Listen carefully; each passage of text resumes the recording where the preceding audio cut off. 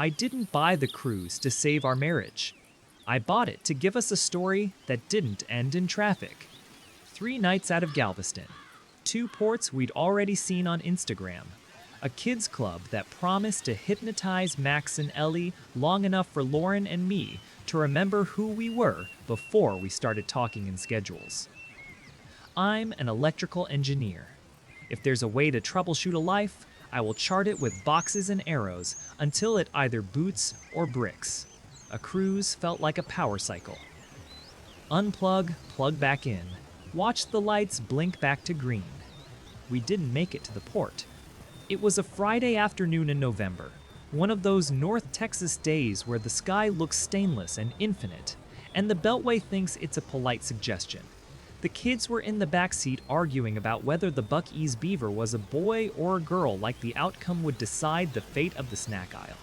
We were headed to Lauren's sister's place in Plano to drop them off for the night. My parents were going to meet us in Galveston to wave at the ship and make the joke about us being those people, with the matching shirts. Lauren had her hand on my knee and was scrolling Pinterest one-handed for cruise capsule wardrobes with the other.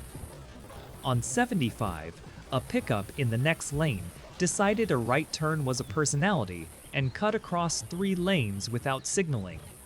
The sedan in front of us braked too late, then we braked too late, and sound bent itself into that metal-on-metal scream you don't forget. The airbag punched me like a friend who thinks that's how men say I love you. The car spun. The world smelled like burnt mustard and pennies. When the math stopped, Max was crying but not hurt. Ellie had a seatbelt tattoo she would show off to her friends like a souvenir. Lauren's left shoulder sat at the wrong angle, a hinge that had skipped 3 teeth on the gear. We went to Presbyterian. The emergency room was doing its own frantic ballet, texts buzzing, televisions whispering about the Cowboys, a nurse holding a cardboard puke tray with scarecrow calm. Lauren's shoulder was a sprain, not a break. They kept her overnight anyway because a monitor doesn't argue with a man who says, "Please," and my wife. The kids slept with my sister-in-law. I slept in a chair that was either made of vinyl or the sadness of 1,000 husbands. At 2 a.m., Lauren dozed, and her phone, face down on the side table, pulsed with light the way a heartbeat does when you first notice it. 2 texts in the span of a minute. I moved to charge it because I'm the guy who notices when chargers aren't where they should be, and the screen lit up. "Caleb, you okay?" Followed by another, "Call me if you need me to come." Caleb is my brother. 28, handsome enough to do damage, charming enough to make you apologize for the bruise. Back in high school, he could pour honey on a lie, and both our parents would lick the spoon. He works late. Restaurant management, nightlife, all that stuff I never had the stamina for, and has always found a way to be there without committing to any one place. He and Lauren have always gotten along, like siblings-in-law who still think the game is to make the other one laugh. I remember a day at Clyde Warren Park when Ellie was 3, and he taught her how to feed the ducks like an adult, which to him meant giving them names and confidence issues. At 2 a.m., in a hospital room with the lights on low, those texts didn't feel like a close family. They felt like a hand in the dark, and I didn't know whose it was. I didn't say anything. I told myself it was the painkillers. Accident adrenaline, the engineer brain inventing error codes where there weren't any. In the morning, Lauren's mother arrived with a coffee that looked like it had survived a flood and said, "Heard about the crash. Caleb called me at midnight. He was so worried," which sat in my stomach like the ice you find at the bottom of a drive-thru Coke after the syrup's gone. A doctor coughed words like rest and monitor, and the cruise line's hold music did that thing where it rounds the corners off your patience. The kids took the "no ship today" news like professionals. Max said, "At least we can still do the all-you-can-eat later, which is 7-year-old for tacos with Nana." Ellie asked if we could still sleep in a bunk bed, because at 5, your brain is a dartboard and you just throw. We drove home with Lauren cradling that shoulder like something we borrowed and might not afford to replace. We didn't unpack the suitcases because admitting defeat is a learned skill, and ours were all dirty. The week after the accident was supposed to be rest and rerouting. It became a poltergeist of small things. Lauren took calls with her headset on, and the closed lip smile she uses when the client insists their logo would look better on a baby's forehead. Max came home from school with a diorama assignment that required me to consider the emotional interior life of a papier-mâché bison. Ellie started sleeping with my old UT hoodie wadded under her chin like it had answers. At night, when the house was finally quiet, my mind refused to be. 3 days after the crash, I took Max to soccer and Ellie to Target for markers, because you get to be a hero for $6 if you time it right. Lauren said she was going to rest, then texted at 3:12 p.m. Pharmacy run. I'm out of the good stuff. The Uber receipt showed up in our joint Gmail automatically because somewhere in the past 2 years we'd become the kind of couple who filed receipts like the IRS lived under our bed. The time on the receipt matched the text. The destination did not. The geotag said she went to Maple Avenue, which is not where either CBS lives, but it is where Caleb's building is. I stared at the screen in the parking lot while Ellie held a package of glitter glue to her chest like a defibrillator and said, "Can we also get gummy bears?" Dallas tilts at a certain angle at dusk. It goes from glass to storybook and then back to concrete, the light bouncing off things in a way that makes you think you misremembered the day. I told myself I was misremembering the day. At home, I said, "How'd the pharmacy run go?" And Lauren said, "Long line," and we both decided that counted as conversation. That night in bed, she turned away from me because of the shoulder, she said, and I stared at the ceiling fan and wondered when a story becomes a secret and when a secret becomes your life. Look, people make mistakes. I know that. Early in the marriage, we had what my sister calls a bump in the road, but what felt at the time like standing on the freeway. It was one of those happy hour smeared confessions.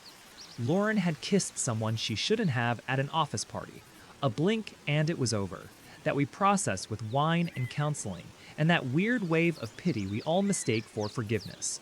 My mother, who believes in telling the truth as long as it makes the person saying it look good, told me, "Lots of women have a fling.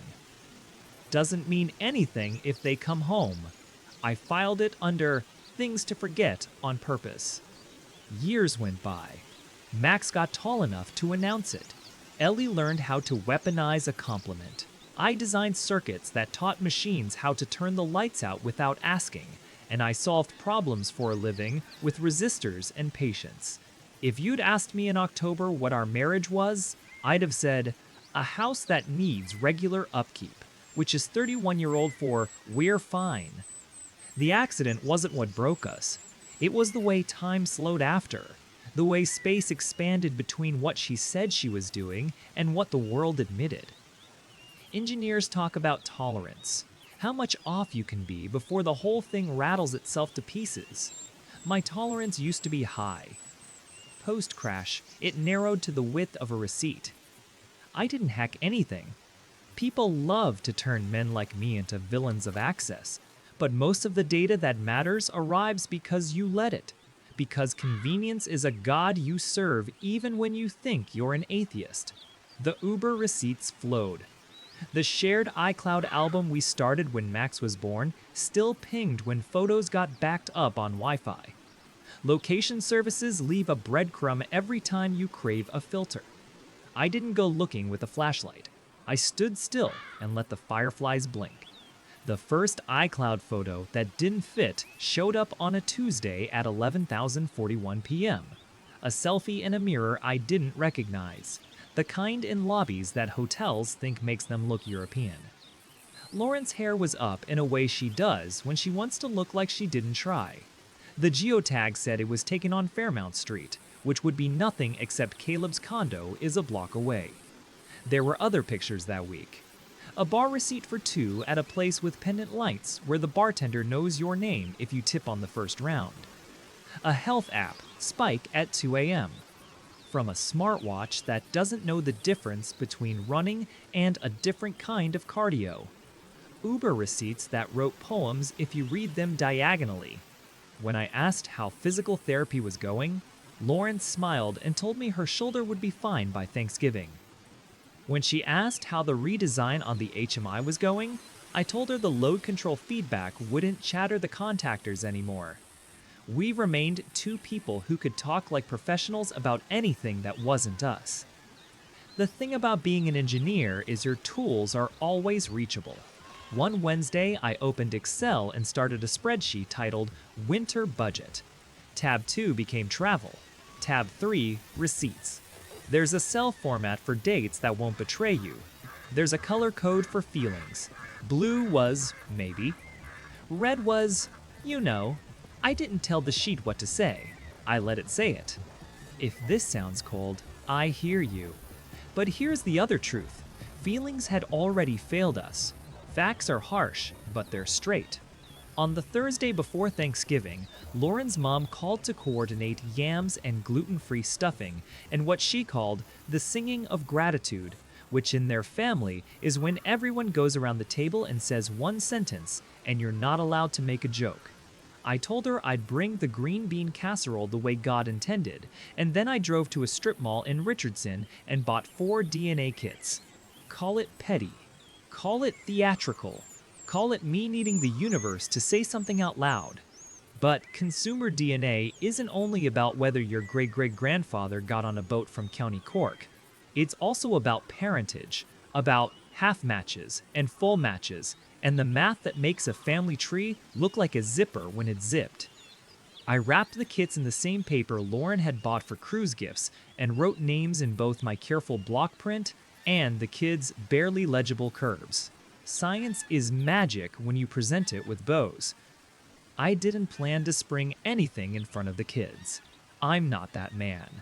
My plan was quieter and, I'll say it, surgical. Hey, fun idea for a family project. We can all see where we came from. Max, you love science. Ellie, there's stickers. Get the samples. Mail them. Wait, I told myself if I was wrong, I'd add a joke about finding out we're 5% Viking to the family group text and we'd all move on. I underestimated the deranged generosity of timing. Thanksgiving was a Monroe production. My parents live in Lake Highlands in a house that smells like meat and ambition. My dad believes in smoking turkey like it's a second language. My mother believes linens need irons. Lauren's family believes in arriving 20 minutes late and hugging like they invented it. Our families get along in that strained way where everyone overlaps just enough to quarrel about the overlap and then eats anyway. Cowboys football plays in the background like a metronome we agree not to argue with. I walked in with the casserole and the wrapped boxes and my heart doing the alarm sound you can never change on an iPhone. Lauren kissed my cheek in front of everyone and said, "You okay?" And I said, "Big casserole." Caleb was already there, leaning against the doorway to the kitchen with a beer like a movie extra who got upgraded to a line. He hugged my mother longer than he hugged me. He didn't look at Lauren any longer than was legal. That's the thing about secrets. Once you think you know one, the most normal behavior starts to feel like choreography. We did the rituals. Max ate 3 rolls and said he was carb loading. Ellie tried cranberries and announced they were candy for the elderly. Lauren's mother sang a verse of something she found on YouTube, and my father pretended he needed to check the pit. After the meal, I brought out the gifts. "Oh my gosh, presents?" Ellie said, howling like a slot machine. "It's not even the presents holiday." "Just a little science," I said. "Project for the winter break." "Science," Max said, brightening in that precise way 7-year-olds do when their world switches into a language they actually like. Do we get to explode anything? "Only the myths about Grandpa's Viking heritage," I said. And my father grunted at the word myth because he refuses to take anything back once he's declared it in front of a grill. We opened the boxes. Lauren gave me a look across the table that said, "Really?" And I offered back a smile that meant, "Really?" I made a show of reading the instructions as if I hadn't memorized them. You spit, you seal, you shake, you label, you send. We did the stickers. Max asked if he could name his tube. Ellie wanted to decorate hers with tiny turkeys. Lauren laughed and rolled her eyes and played along because that's what you do when a man you married brings you a project and a camera. Lauren can perform family on a loop better than any of us, which is both why she's good at her job and why we were here. While everyone was taping and labeling and trying not to think too hard about bodily fluids at the dinner table, my phone buzzed. I almost ignored it. Who needs a notification when your entire plan depends on acting like no notification has ever mattered? Then I saw the subject line on my lock screen. Your 23andMe results are ready. I stared at it like it was a punchline to a joke I hadn't thought of yet. I had mailed the kids samples 2 weeks before as a trial run. Max thought it was for a school thing. Ellie believed me when I told her the tube was for a lady robot that likes juice. Lauren was at Pilates. I was a dad doing crafts. I told myself I wanted to see if the app was descriptive enough to be worth the price. Truth, I had needed to know if there was anything here to fear. And now, while my daughter was putting turkey stickers on a saliva tube, the app had decided it would answer me. I put the phone in my pocket and stood carefully. "Bathroom," I said, and Max said, "Can I come? Because that's who he is." I shook my head and snuck down the hall to the guest bath my mother keeps staged like the world might drop by for a tour. I locked the door. I sat on the closed lid of the toilet like it was a pew. I opened the email. The link took me to the app. The app made me log in even though I was already logged in. Security humor is mean that way. The first page was confetti, literal, falling pixels that said, "Welcome to you." The second was Ancestry, which I swiped past. The third said, DNA Relatives, a neat little list of people who share your code. On the screen, Max popped up as my son, a 50% match, a set of bars that made my heart stutter and then correct. Below him was Ellie. Ellie, 0% in common. It wasn't a glitch. The app wasn't subtle. The words were sterile and kind and final. No parent-child relationship detected. Silence is not quiet. It's a sound that changes the shape of a room. I don't know how long I sat there reading and rereading a sentence algorithmically designed to be read once. I think I leaned my head against the mirror. I think my breath went too shallow and then too deep. The bathroom fan hummed like a secret. Someone down the hall laughed, and for a half second, I wanted to believe it was the punchline. I wanted to be the idiot for life. It'd be cleaner. It would have been kinder. I walked back to the dining room holding a version of myself I didn't want to drop. The family was already unwrapping flavors of pie like it was a tasting menu. Ellie had a smear of whipped cream on her chin. Caleb was trying to convince my father that Oktoberfest lager counts as a seasonal vegetable. Lauren looked up at me and smiled until she saw the way my eyes could not contain their shape. "Jake?" she said, small. "What's wrong?" I didn't raise my voice. I didn't perform. My plan had not included a scene in front of the kids, so I made a choice. I set my phone down on the table face down and said to my parents, "Can you take Max and Ellie to the den and put on the parade video?" And my mother, who specializes in pretenses you can walk across, wiped her hands on a towel and said, "Of course, sweetie. Who wants to see a giant astronaut balloon?" And the kids went, and I kissed the tops of their heads as they passed like a man leaving for a business trip. When the den door clicked shut, I turned my phone over and opened the app. I slid it across the table toward Lauren. I didn't say, "Explain." I didn't say anything. Her eyes scanned the screen faster than I expected. I watched her face change by degrees, an expression you'd only notice if you loved someone and you'd installed it. "It could be a test error," she said softly, almost apologetically, as if the app might hear her and fix itself to be polite. "It could," I said. "But I mailed them in different weeks. We cross-checked Max's. The app detects parental matches correctly. It's designed for it. You know what else it detects? Full siblings and half." Caleb exhaled, a sound like a tire losing air. He picked up his beer but didn't drink. My father sat very still, the way he does when he sees a storm coming over Lake Ray Hubbard and pretends the shingles don't need replacing.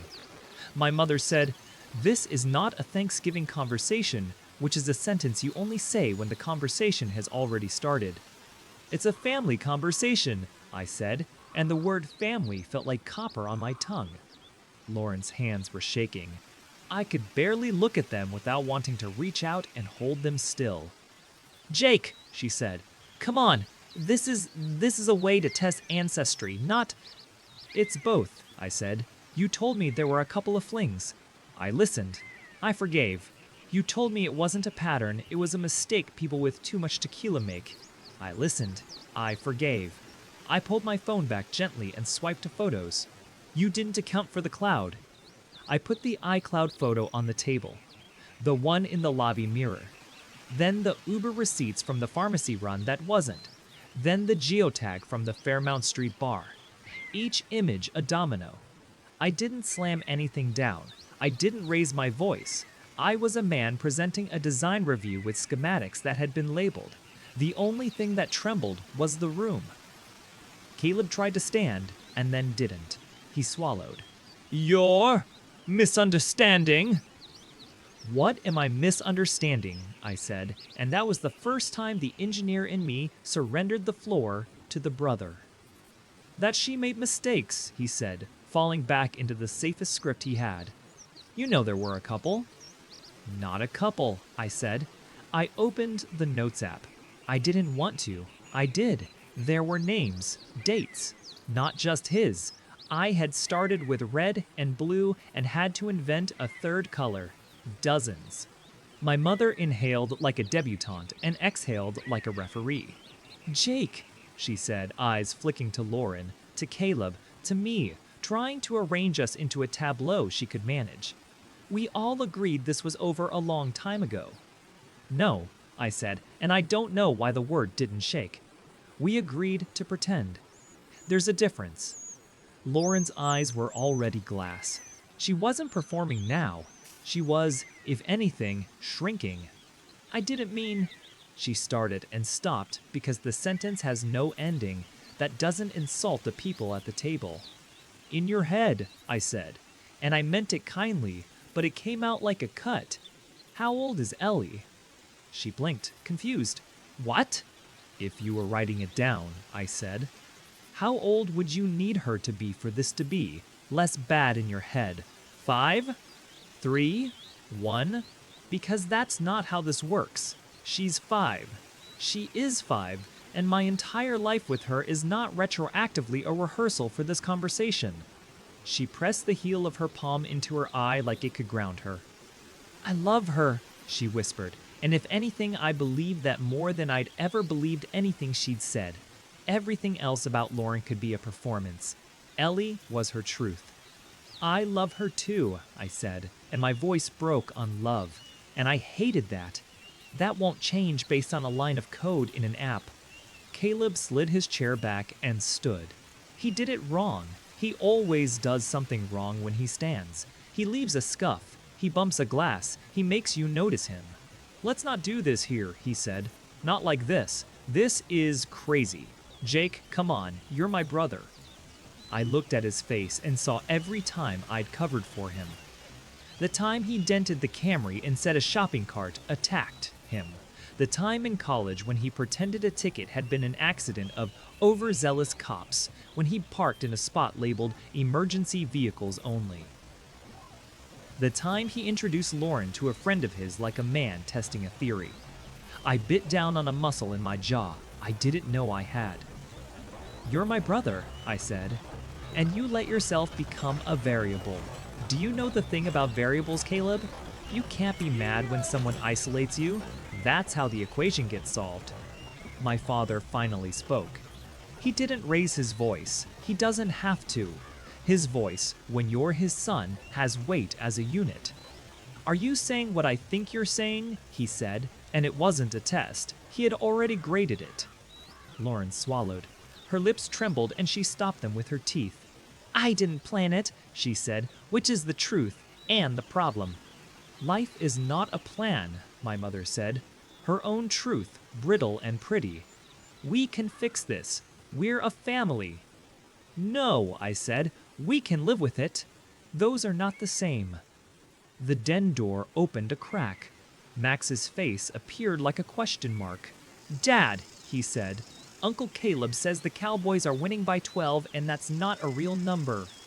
It's absolutely a real number, I said automatically, because fatherhood is a reflex even when your ribs feel like glass. Can we have pie number 2? He said, and his eyes squinted around the room in that way kids do when they know the weather is wrong and they can't name the cloud. Go on back in, I said gently. We'll bring it. He watched me for a beat too long. I had taught him to do that. He closed the door. We sat for a moment in a small silence that grew fangs. Then I said, here's what's going to happen. I'm going to file for separation and then divorce. We're going to set a custody schedule that keeps the kids out of this. We're going to agree right now that we do not discuss numbers of anything where little ears can mishear. And we're going to get a legal paternity test for Ellie, because the app is enough for me, but it won't be enough for a clerk. And we are done pretending this is all a misunderstanding that a pie can fix. Lauren nodded like a person who has just realized the only exit is through. Caleb put his hands up like a man surrendering to a narrative he thought he'd control. My mother opened her mouth and then closed it when my father, without looking at her, rested his hand on the table near hers. It was not a threat. It was a damn. Jake, Lauren said, voice shredded, can we please not do the rest here? No, I said. We're not going to do the rest here. We're going to eat dessert. Then I'm going to take our kids home. Then you and I are going to sit at our kitchen table and you're going to tell me the truth like I'm a person you respect. After that, I'm going to call a lawyer in the morning. We will not raise our voices where Max and Ellie can hear. We will not tell them anything today except that grown-up stuff is being handled by grown-ups. You hear me? She nodded again. A tiny sound escaped her throat. She reached for a napkin and missed. I stood because my legs needed to remember what they were for. I cut pie like geometry. I carried plates into the den and watched my son pretend expertise about a game he only enjoys because the people around him pretend to care. Ellie climbed into my lap and asked why my face looked like when you fix the TV and it works again, which is her way of describing concentration. I kissed her hair and smelled shampoo and sugar and the faint metallic scent of a world I did not build. Back at the table, Caleb was gone. My mother said he needed air, like a witness. My father looked tired in a way I had only seen once, at his own father's funeral when he carried the box and then went home and mowed the lawn in a tie because he was the kind of man who did the next thing. Lauren had one hand pressed against her stomach under the table as if steadying something that threatened to fall. We did the dishes. My mother and Lauren's mother choreographed the cleanup like a truce. My father wrapped leftovers in foil that will outlast us all. I found Ellie's stuffed rabbit in a houseplant for reasons only she will ever understand. We left without hugging anyone. In the car, Max fell asleep mid-sentence. Ellie sang something tuneless and pure until her eyelids surrendered. At home, I put the kids to bed. I tucked Ellie in and watched her curl herself around her rabbit like a planet finding its sun. I turned off Max's lamp and left the dim hallway light on because there are nights you don't want to risk the dark being too honest. In the kitchen, Lauren waited with 2 glasses of water and a manila folder I hadn't seen since tax season. I'll tell you everything, she said, and it was both a sentence and a sentence. I sat. I poured the water into something that didn't leak. I looked at her, and it felt like the first day we met at a company happy hour when she introduced herself with a joke about name tags and a look that made me think the bar had tilted toward us. I remembered why I had had the audacity to think we would be the exceptions. Then I put the memory down gently and made room at the table for what was true. Start at the beginning, I said, and she did. She started with the lie she had told herself the longest, the one that sounded most like a reason. After Max was born, she said, she felt like a person who lived on a post-it note. Every day was a list, and every night was the ghost of a list she didn't finish. The kiss at the office party wasn't an anomaly. It was the first time the pressure turned into a valve. She cried telling me that, and I believe the crying was real. I also believe the valve became the machine. She said there were two after that. Then a stretch of quiet where she decided she was done being messy and started going to Pilates and drinking green things that had never met a tree. She said she could hold a straight line as long as she looked at the right spot on the wall. Then Ellie came, and we tried for good, and she loved the clean ache of it, the way a baby makes your days honest by exhausting them. Then, sometime in the year afterward, she started saying yes again when life came at her with a why not. The part where Caleb became a noun in the story was both inevitable and impossible. He was around. He makes a hobby out of being around. The kids love him because he gets on the floor and plays bad guy better than I ever could. He and Lauren always had the same laugh for the same jokes. The one that admits the joke isn't that funny, but the moment is. She swore they never crossed until after the accident. Painkillers, she said. Scared of dying, she said. Scared of dying, she said. Feeling alive, she said. If you've ever heard a person rearrange furniture in a burning room, you know the sound of those sentences. I asked her the only question that mattered, and the one I wanted to avoid because it would make the night a kind of permanent. Did you tell him Ellie might be his? She nodded, small. She hadn't planned to. She had said it out loud one night when it stopped being theoretical in her head. He reacted like a man who'd been handed a grenade with a ribbon around it. He said they would figure it out. She said she didn't want to blow up our house. He said maybe our house needed remodeling. I pictured his hands doing the thing they do when he tries to sell the future. There was a stretch where she said she tried to stop seeing him. I asked if she stopped with everybody else. She couldn't look at me when she answered. When you admit a couple is a spreadsheet, the column that matters isn't the names, it's the part of you that always thought you'd get away with columns. We sat there an hour and then two. The kids slept through a kind of weather most adults never learn to stand in. At the end, she said she'd do whatever I decided. There is a kind of freedom in being the person who broke the thing badly enough that your only power left is to hand someone else the tools. I didn't want it. I took it anyway.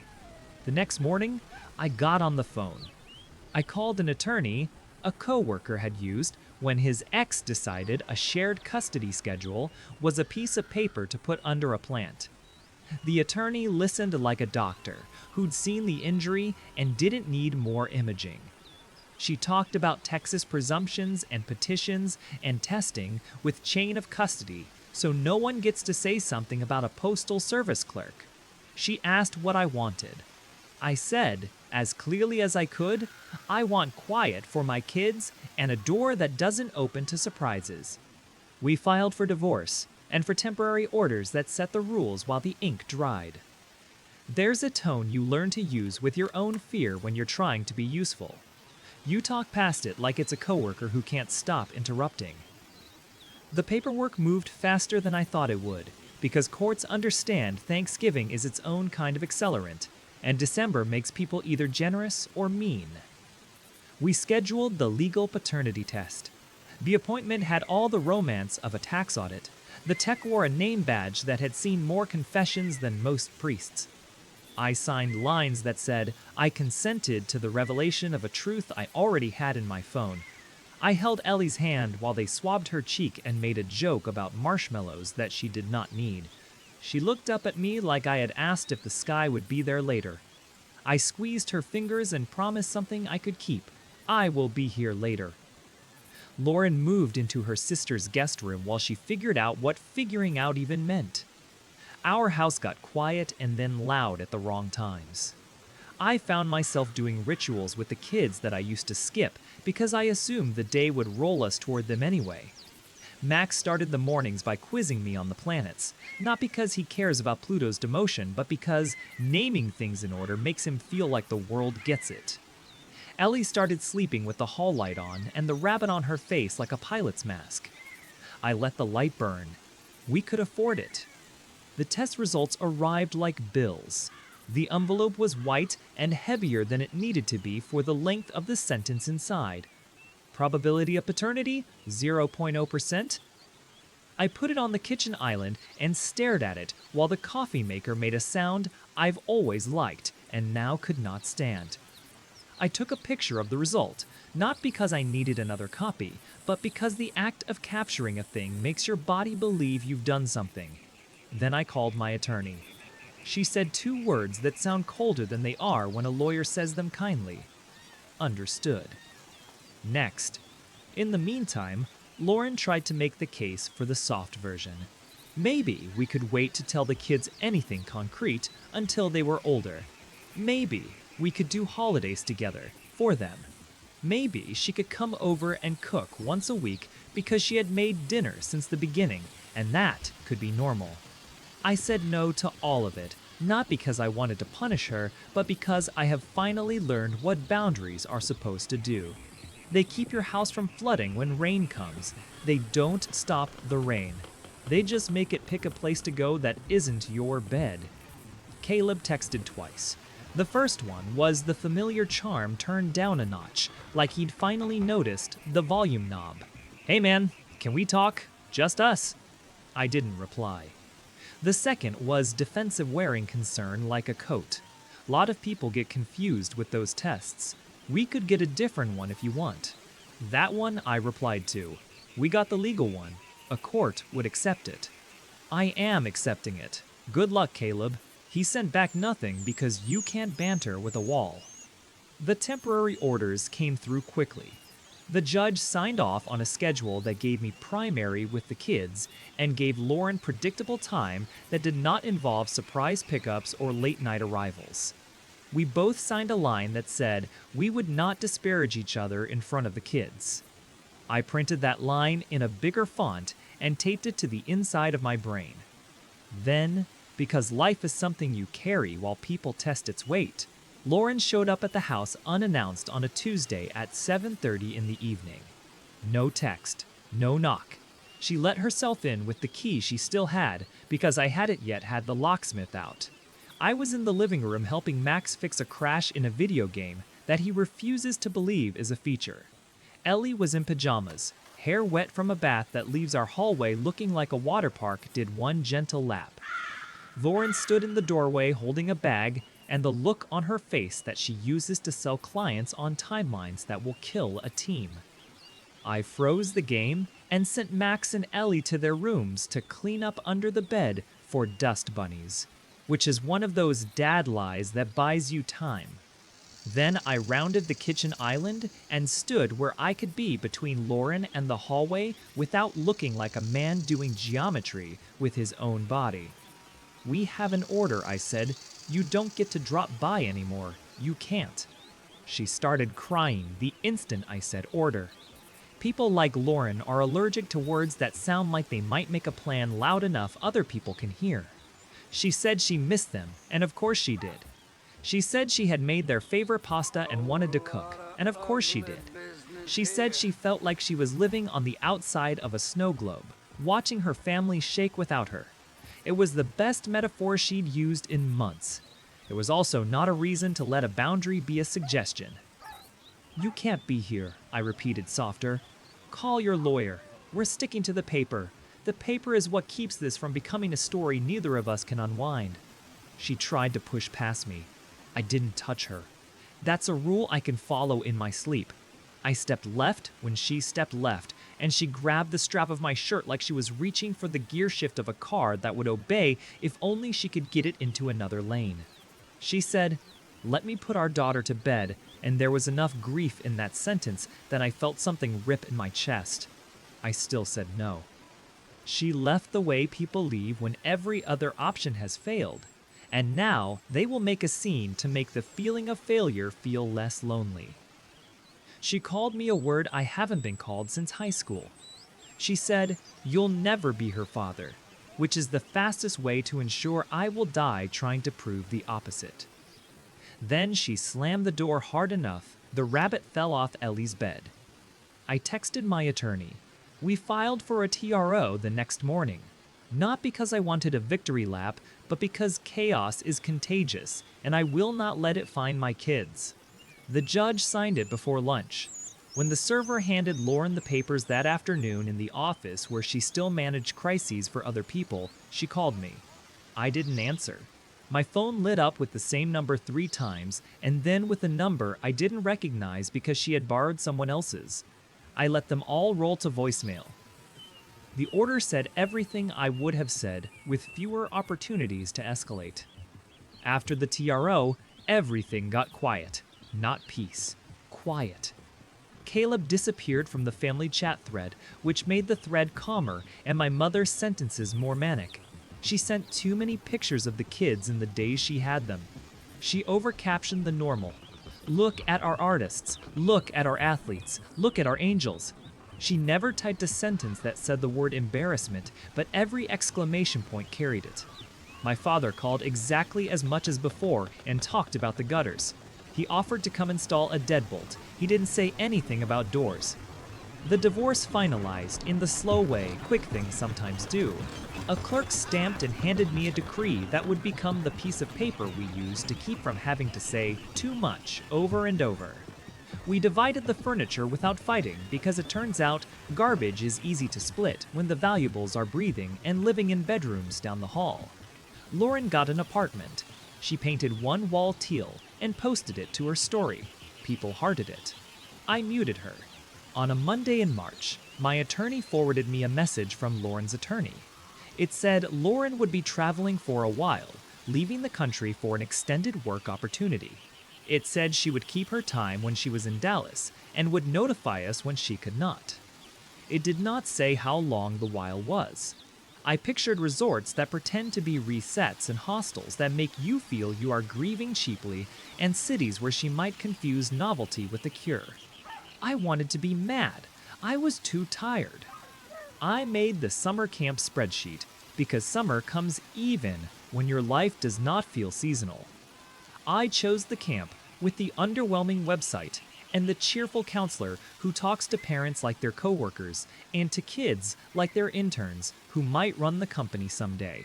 I made sure the weeks aligned with the custody schedule and that Max could do chess club and soccer and that Ellie could do art all day twice without getting bored. I labeled the tubs in the pantry with words the kids can read without help. Snacks went on the shelf they can reach. The toothbrush chart got laminated. I'm not proud of the lamination. I'm not ashamed either. 2 months after the last time I heard her voice, a padded mailer showed up. The return address said, Baja California, sir. The postage had the kind of colorful fish you only see on stamps. Inside the bubble wrap was a plain envelope and a softer padded pouch like you get from boutiques that sell jewelry at a price point meant to make you believe you are buying a promise. The smaller pouch had a bracelet, leather braided with a snap, a charm in the shape of a heart that split in two if you pulled at it. Part of me wanted to leave it sealed. Part of me understood that being the adult is not always the romance of restraint. The envelope had a letter on hotel stationery from a place that had chosen a font that wanted you to imagine quiet. The handwriting was hers. The sentences were not the ones she writes for clients. They were clumsy and trying. She said she was sorry in the way people apologize when they are looking at their own face and trying to assemble it into something they could make eye contact with. She said she loved the kids more than she knew how to survive. She said she had been trying to stop making everything worse, and she couldn't seem to do it near us. She said she would be back before the end of summer. She said maybe the middle. She said maybe the end. It was the truest thing in the letter, that inability to land. Inside, folded twice, was a sheet printed from a document like the one I had made, except hers was a budget and a list of odd jobs she could do in a place where her phone worked only when she wanted it to. At the bottom was a line addressed to me alone. Thank you for being kind to me in rooms where I did not deserve it. You were never the list I ran from. I was. I did not show the kids the letter. I put it in the drawer where I keep the things they can have when they are old enough to remember with a little less heat. I gave Ellie the bracelet without ceremony, just a gift from Mom. She put it on like a person who understood two things at once: that it was from her mother, that it would not make her mother hear. Later that night, she tried to take it off to sleep and couldn't and panicked, and I taught her the trick with the spoon, how a little metal can pry a loop and give you back your skin. She laughed in the way she laughs when a problem becomes a puzzle and not a monster. Lauren did not return in the middle of summer. She did not return at the end. Her check-ins became postcards. Max taped them to the fridge. He learned the names of cities because the mail carrier handed him lessons. Ellie drew her own postcards back with markers, and I put stamps on them and put them in a box on my desk, and then I mailed them when I could make the act of mailing feel like an offering and not a bruise. I stopped checking her social because the versions of her she performs for the world are none of my business unless a judge needs to see them. They didn't.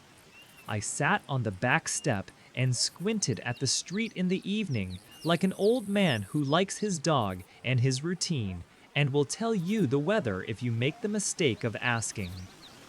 On the first day of school, I took the picture on the porch, the one every parent takes. Max is missing a tooth in the front and tilting his head like he's arguing with math. Ellie has a backpack with a dinosaur that looks like it would lose a fight on purpose because it is tired of roaring. She holds my hand in the shot because she insists it's more comfortable that way, and I know better than to argue with a sentence that thinks it knows the future. On the drive, Max asked if Uncle Caleb would be at Nana and Papa's for football this year. I said I didn't know, and that sometimes people require time to decide who they are going to be. He said, like an old man, fair. Ellie asked if we could do spaghetti on Mondays, now that Mondays are school days again. I said we could do spaghetti on Mondays forever if she wanted. She said forever was too long. We settled for September. I am not the hero of the story because the story doesn't have one. It has a man who learned to put facts where feelings used to go when feelings could not be trusted to keep his children from stepping on shards. It has a woman who ran until the running became another version of standing still. It has a brother who mistook charisma for character and found out the difference the way all men like him do, at the cost of other people's calories. It has two kids who are figuring out one of the hardest truths early: that adults can love you and also fail you at the same time, and the way to survive that is to be held by something daily and boring and real. We do bedtime now with the lights low and the dog that we didn't have before exactly half on the bed and half on the floor, as if he is trying to be Switzerland. Max reads to me in a voice that forgets to breathe. Ellie asks for a story about when I was little, that I never actually lived. I build them out of the details I remember about oatmeal and rainy days and riding in the back of my dad's truck under a sky that didn't care. Then I stand in the hall and listen to their room go from whispers to the kind of quiet that doesn't make me lunge for the phone. If you're waiting for a big bow, I don't have one. I have a habit I didn't have before. When we get home and the sun drops behind the houses and the cicadas start their 1,000-part harmony, Ellie always runs ahead and turns at the threshold like she isn't sure she is allowed to pick the next thing. She lifts her arms. It started the first week Lauren was gone and never stopped. I scoop her up and she wraps herself around me like I am a tree that remembered to grow exactly here. In that doorway, holding a 5-year-old who believes I am where she lives, I stop thinking about spreadsheets and tests and what we used to plan cruises for. I remember that father is not a noun the world gives you. It is a verb you choose until the choosing stops being a choice and starts being your spine. Would you have revealed the DNA around a family table or kept it behind a closed door? Do you think there's ever a good time to let a truth change the shape of a room? Tell me what you would have done, and if this story stuck with you, hit like and subscribe so more people find it. Share it with someone who needs to hear that data can hurt, but decisions heal.